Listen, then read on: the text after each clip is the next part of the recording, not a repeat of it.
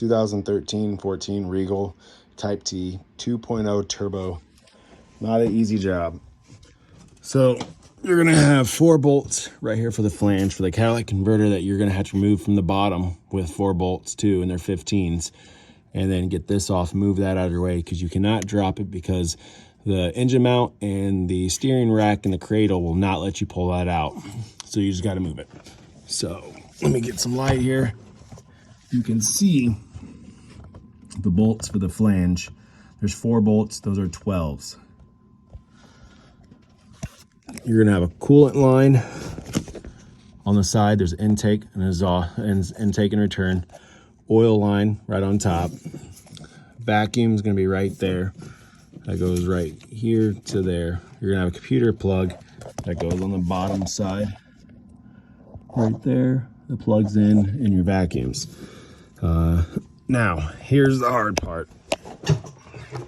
That's why I do not see a video on YouTube for this job.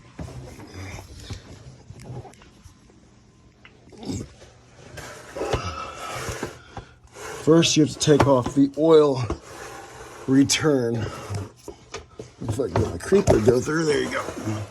So, underneath, right there is the oil return. That is stationary. You cannot pull that out. You have to unbolt it or you'll break it. And you can see there's 2 bolts.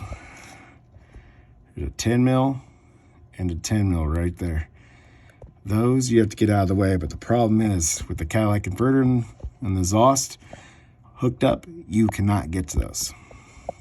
And once you move that out of your way, then you can kind of see what you got to do to get the bolts right there. There's 4 bolts, and then all the other stuff you have to hook back up. Truly not an easy job to do.